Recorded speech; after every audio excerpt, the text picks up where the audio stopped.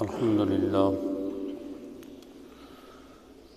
للہ رب العالمین والعاقبۃ للمتقین والصلاۃ والسلام علی افضل الرسل وسید الانبیاء والمرسلین وعلی آلہ واصحابہ اجمعین، اما بعد فاعوذ باللہ السمیع العلیم من الشیطان الرجیم، بسم اللہ الرحمن الرحیم۔ یوصیکم اللہ فی اولادکم للذکر مثل حظ الانثیین فإن کن نساء فوق سنتین فلہن ثلث ما ترک وإن كانت واحدة فلها النصف ولأبويه لكل واحد منهما السدس مما ترك إن كان له ولد فإن لم يكن له ولد وورثه أبواه فلأمه الثلث فإن كان له إخوة فلأمه السدس من بعد وصية يوصي بها أو دين آباؤكم وأبناؤكم لا تدرون أيهم أقرب لكم نفعا فریدۃ من اللہ ان اللہ کان علیما حکیما۔ اللہ رب العزت نے ارشاد فرمایا، یوصیکم اللہ فی اولادکم، اللہ تعالیٰ تمہیں اولاد کی میراث کے بارے میں حکم دیتا ہے۔ للذکر مثل حظ الانثیین، مرد کے لیے دو عورتوں کے حصے کے برابر ہے۔ فإن كن نساء فوق سنتین، پھر اگر عورتیں دو سے زیادہ ہوں، فلہن ثلثا ما ترک، تو ان عورتوں کے لیے اس مال، اس ترکے میں سے دو حصے ہوں گے جو میت نے چھوڑے۔ وإن كانت واحدة، اور اگر عورت ایک ہو، فلہا النصف، تو اس کے لیے کل جائیداد کا آدھا حصہ ہوگا۔ وَلِأَبَوَيْهِ لِكُلِّ وَاحِدٍ مِّنْهُمَا السُّدُسُ مِمَّا تَرَكَ، اور میت کے والدین کے لیے ان دونوں میں سے ہر ایک کے لیے چھٹا حصہ ہوگا اس مال میں سے جو میت نے چھوڑا۔ ان کان لہ ولد، اگر اس میت کی اولاد تھی۔ فإن لم يكن له ولد، اور اگر اس میت کی اولاد نہیں تھی، وہ وارثہ ابواہ، اور اس کے وارث اس کے والدین ہی صرف تھے، فلأمہ الثلث، تو اس میت کی، مرنے والے کی ماں کے لیے تیسرا حصہ ہوگا۔ فإن كان له إخوة، اب اگر اس کے بہن بھائی ہیں تو فلأمہ السدس، تو اس کی ماں کا چھٹا حصہ ہوگا۔ من بعد وصیۃ یوصی بہا أو دین، اس وصیت کے بعد جو میت نے کی تھی یا اس پر جو قرض تھا اس کی ادائیگی کے بعد۔ آباؤکم وابناؤکم، تمہارے باپ اور تمہارے بیٹے، لا تدرون ایہم اقرب لکم نفعا، تم نہیں جانتے کہ ان میں سے کون تمہیں نفع پہنچانے کے زیادہ قریب ہے۔ فریدۃ من اللہ، یہ مقرر کردہ حصے اللہ تعالیٰ کی طرف سے ہیں۔ ان اللہ کان علیما حکیما، بے شک اللہ تعالیٰ جاننے والا، حکمت والا ہے۔ کل بھی اسی ضمن میں کچھ عرض کیا تھا، چند تمہیدی اور بنیادی باتیں، کہ وراثت کا تعلق موت کے ساتھ ہے، اور جب کوئی آدمی فوت ہو جاتا ہے تو اس کا باقی ماندہ مال، جسے جائیداد اور ترکہ اور وراثت مختلف ناموں سے تعبیر کیا جاتا ہے، تو سب سے پہلی چیز جو عرض کی تھی وہ یہ ہے کہ اس میں سے اس کی تجہیز و تکفین کا خرچہ نکالا جائے گا، یعنی کفن دفن پر جتنا خرچ آئے گا وہ اسی ترکے میں سے نکالا جائے گا۔ اس کے بعد جو بچے گا اس کے تیسرے حصے میں اگر مرنے والے نے کوئی وصیت کی تھی تو اس وصیت کو پورا کیا جائے گا۔ اس کے بعد جو مال بچے گا تو شریعت مطہرہ نے جن وارثوں کے لیے جو حصہ مقرر فرمایا ہے ان کو قرآن و سنت کی روشنی میں اس جائیداد میں سے وہ حصے دیے جائیں گے۔ یہ بات یاد رہے کہ نظام وراثت میں دو اصولوں کو مد نظر رکھا گیا ہے۔ پہلا اصول قرابت، یعنی میت کے ترکے میں سے وارث کو مال یا جائیداد ملنے نہ ملنے یا تھوڑا زیادہ ملنے میں اس کی رشتہ داری کو دیکھا جائے گا کہ میت کے ساتھ اس کا رشتہ دور کا تھا یا قریب کا تھا۔ پہلا اصول یہ ہے۔ اور دوسرا اصول یہ ہے کہ اس میں ضرورت کو بھی مد نظر رکھا گیا ہے۔ بعض اس سے تھوڑے ہیں، بعض زیادہ ہیں، تو یہ جو کمی بیشی اور فرق ہے یہ کیوں ہے؟ اس لیے کہ ہر ایک کی ضرورت کے پیش نظر جس کو جتنی ضرورت تھی شریعت نے اس کی ضرورت کو مد نظر رکھتے ہوئے اسے اتنا حصہ اس جائیداد میں سے عطا فرما دیا، اس کا مقرر کر دیا حصہ۔ اب ذرا جو آیت کریمہ تلاوت کی گئی اس کی تفصیل میں جانا چاہیں تو فرمایا کہ اگر مرنے والا اپنی اولاد چھوڑ کے جاتا ہے، جو بندہ فوت ہوا متوفا، وہ اپنے پیچھے اولاد چھوڑ کے گیا، تو اس کی دو حال سے خالی نہیں کہ اولاد صرف اس کی بیٹیاں ہیں یا بیٹے بھی ہیں۔ اگر مرنے والے نے اولاد چھوڑی اور اولاد میں بیٹیاں بھی ہیں بیٹے بھی ہیں ملے جلے ہیں، تو اب ان کے لیے حکم کیا ہے؟ تو قرآن نے ارشاد فرمایا للذکر مثل حظ الانثیین، کہ ہر لڑکے کو، ہر بچے کو لڑکی کے مقابلے میں 2 گنا حصہ ملے گا۔ یعنی پہلے اصول کو مد نظر رکھتے ہوئے کہ ہیں تو دونوں قریبی رشتہ دار، بیٹا بیٹی اولاد ہونے میں تو کوئی فرق نہیں، قریبی رشتہ دار ہیں، حصے تو پائیں گے، لیکن تھوڑا زیادہ کیوں کہ مرد کو عورت کے مقابلے میں 2 حصے ملیں گے۔ للذکر مثل حظ الانثیین، مرد کے لیے 2 عورتوں کے برابر حصہ ہوگا۔ یعنی مثال کے طور پر ایک بیٹا اور بیٹی چھوڑ کے گیا وہ مرنے والا، تو کل مال جو باقی بچے گا اس کی تجہیز و تکفین پر خرچہ کرنے کے بعد، وصیت کو نافذ کرنے کے بعد جو مال باقی بچے گا اس کو 3 حصوں میں تقسیم کر دیا جائے گا۔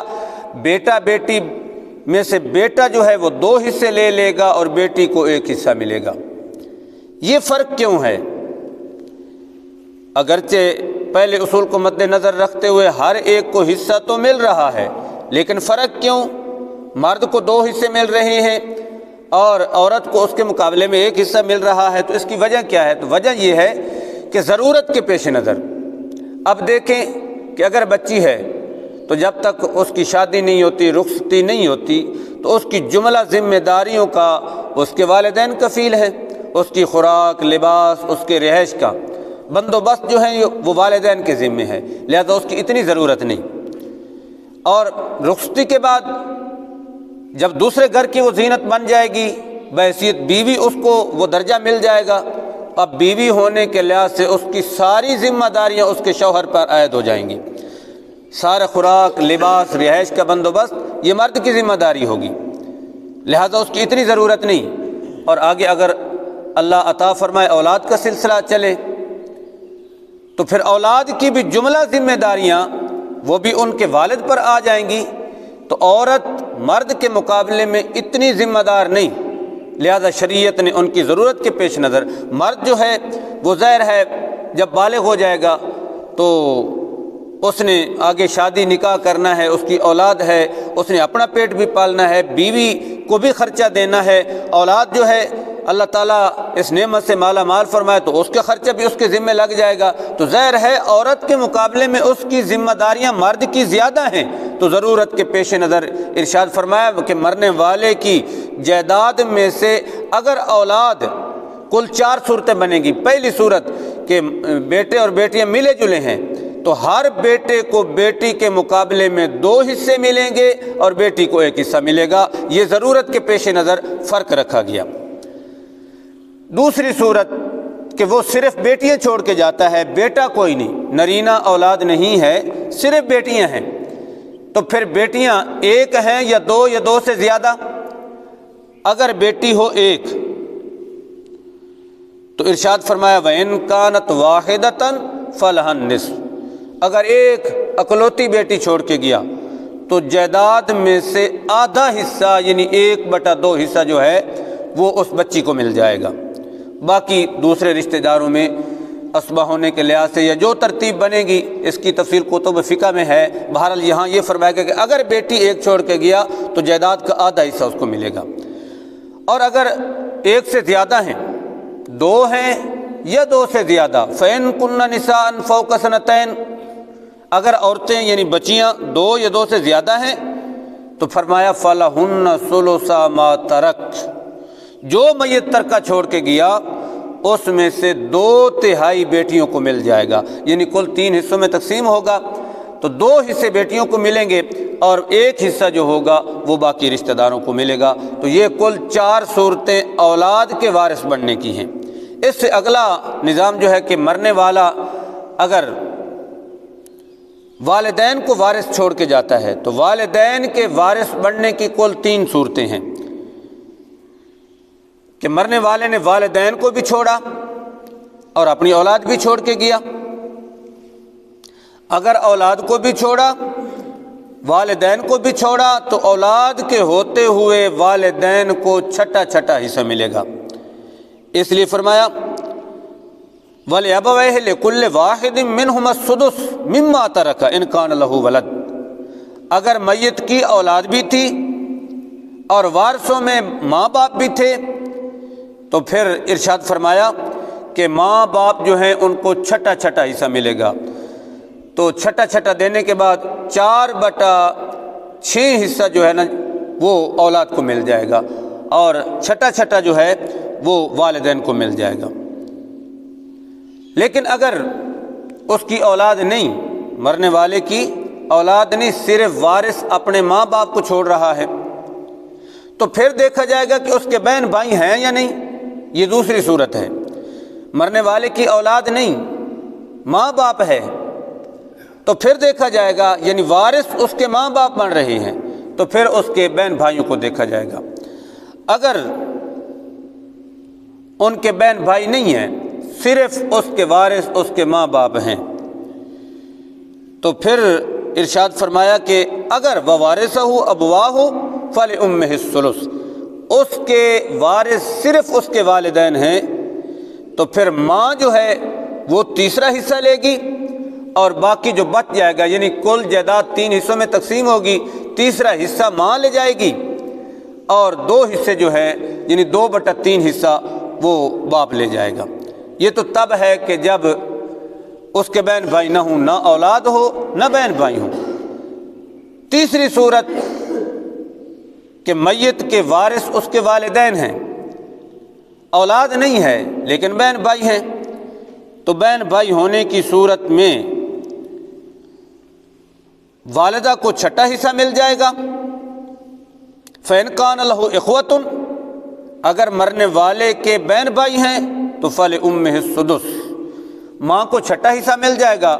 اور 5 بچہ 6 حصہ جو ہے وہ سارے کا سارا والد لے جائے گا۔ باقی رہے بہن بھائی تو باپ کے ہوتے ہوئے بہن بھائی جو ہیں وہ وراثت سے محروم ہو جائیں گے۔ ہاں باپ جو ہے وہ آگے ان میں تقسیم فرما دے گا یا باپ کی وراثت کے وہ